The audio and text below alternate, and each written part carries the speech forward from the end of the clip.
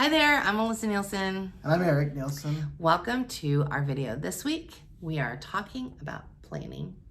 And the reason why I have him with me, because usually I just talk about planning, but the reason why I have you with me is because I know there are a lot of families out there where partners team teach. Yeah. And then it becomes like, does mom do all of the planning? Does dad help?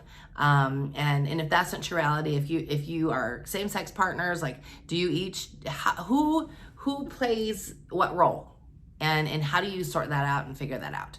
So one of the things that we've done, I suppose we've done several different things over the years, because it started when the big boys entered math land, and I was like, I could do this, but it is not my favorite. And that was something that you were naturally good at. Yeah. And when that happened, I was still doing all the homeschooling. I was still, I was homeschooling them. We were doing probably a 4-day rhythm at that point in time. And we were running our business, but you were not doing a lot of teaching. No. I was doing a lot of wrangling of the little ones at that time. I just remember, like, you would just walk with Soraya because she just would cry. She just would cry. Now she's 10. But that was really like you stepping in was math. And then we also did some science. And it really was because those were things that you were good at. Yeah. And the way his mind works is really logical, and it was easier for them to learn from you than it was for them to learn that from me. Yeah. So there were just things that and it wasn't that I didn't feel confident in it. It's just that it was not my superpower. History is my superpower. Love literature. Math, not so much my superpower.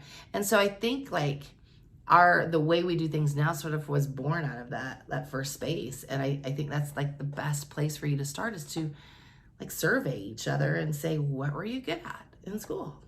Because you had you had an ease with science and an ease with math, and an ease with writing, because you did a lot of writing stuff with the kids too. Yeah. Before, in the early days, before we officially had you working with them. But a lot of it was just like, what was he better at than I was? And it's not a competition. It is what it is. And so I think like the first thing they should do is really like survey talents.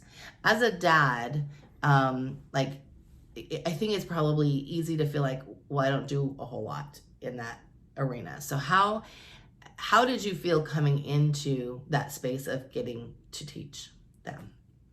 Well, I think, on a bigger picture, I felt like, hey, this is like a privilege to do this. This is something they're going to remember, that they learned this from me. And so in a way, I was like, I thought it was pretty cool.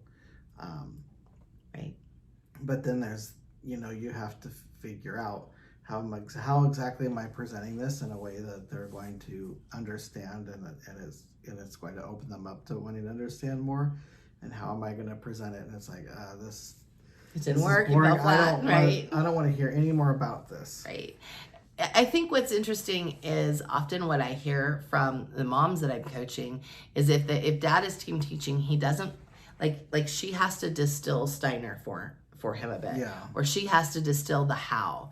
And I think we did some of that in the beginning, but you also were like, okay, I want to know the how. So you read the yellow book, and you read, and that's the tasks and content for the Rudolph Steiner Schools book.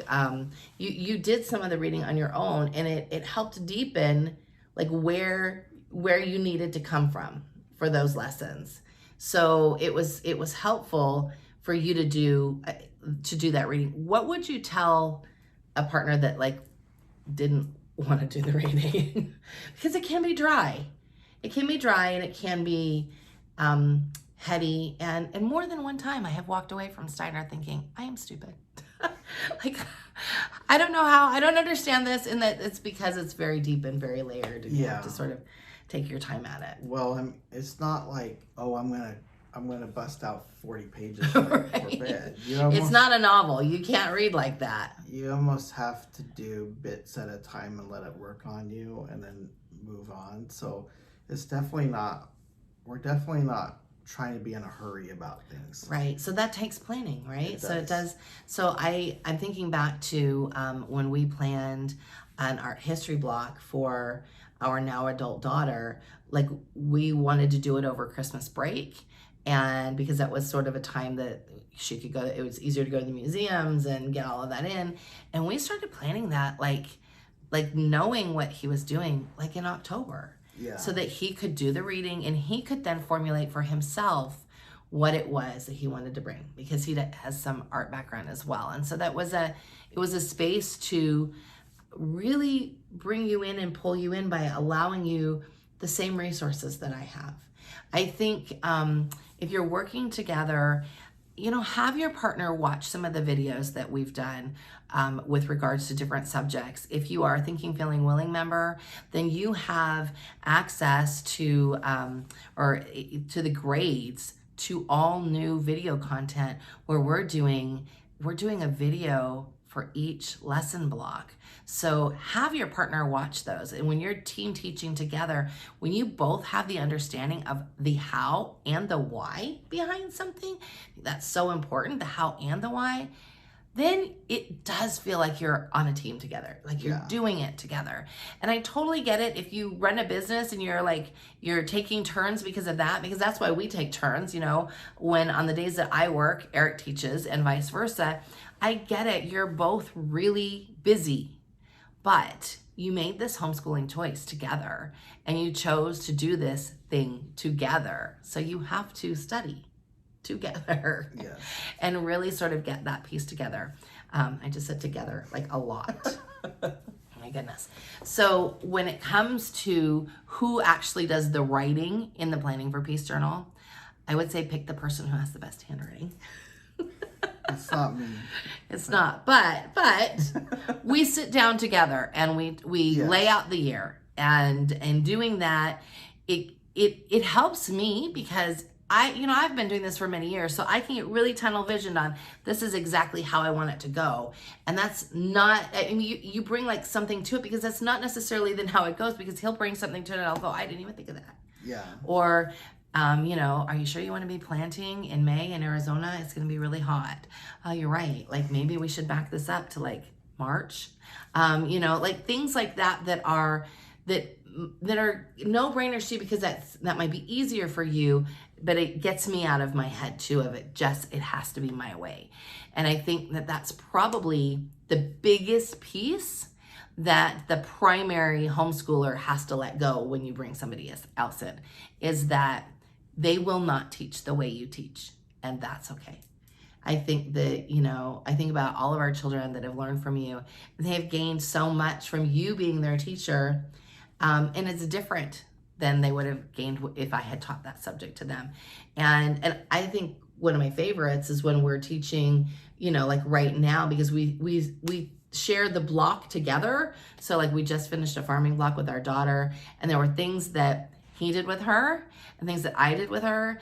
And by having this work piece together, it feels almost like it sounds crazy, but like a symphony of it working together. All of the pieces work together. And I think it's important that... And it wouldn't happen if the planning wasn't happening. Oh my gosh. And the vision. No, then you'd be like just trying to fly by the seat of your pants. You'd be using media way more than you should. You'd be, looking for worksheets. It wouldn't work so well. So by doing it together, then you really get you really get that piece of it being a holistic, as in the whole piece. I do want to say that children will act differently with different parents. So our daughter will make him do things that she would never get me to do in a million years.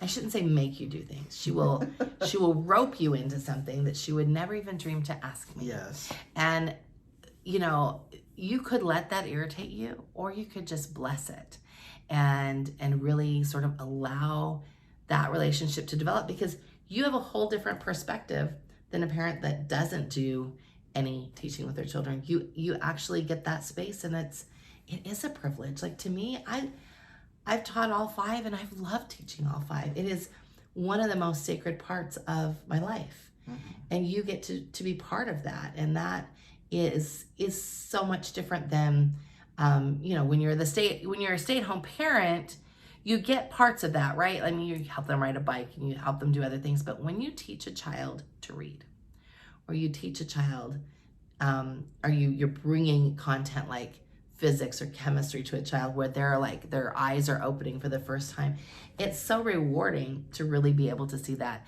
And I have to say, I am super blessed that I get to watch you have those aha moments with them that I've had for all these years. So yeah, that's great.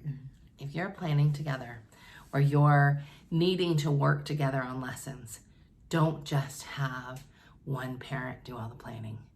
Do it together.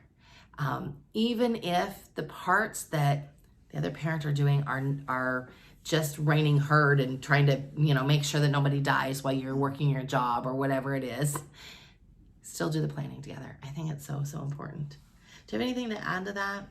I mean, I think that I've often been a seat of my pants person, like, yeah.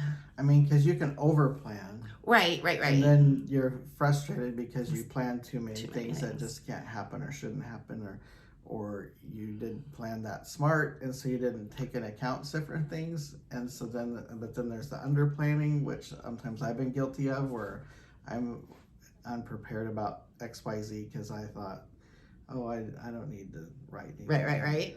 So there's a balance to be found for sure, because you can overdo it or underdo it. But once you find that practice, right? Once you find that balance and that practice, and you know like what works and what doesn't, then you can find that place where things just flow the way they're supposed to. Agreed.